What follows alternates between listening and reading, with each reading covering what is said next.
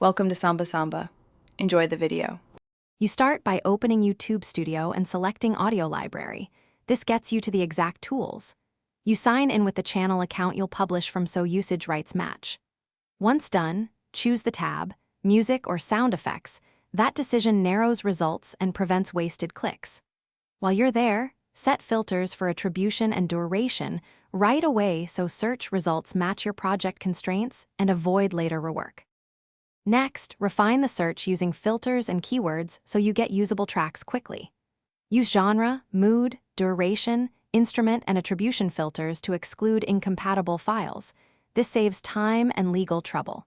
Type targeted keywords and use quotes for exact phrases when you need a specific lyric or style. You preview tracks and jot timestamps for sections you like. That helps later when editing. Make sure to test a few options to compare. Finally, download the chosen track and organize it in a project folder so you can find it during editing. You must check the attribution requirement next. Copy the exact text from the library into your video description when required to avoid strikes. If a download or preview fails, clear your browser cache, disable extensions, or try an incognito window. Those steps fix most issues. Once imported, align levels and trim to fit your edit and you're done. Thanks for watching. Consider subscribing if we helped you.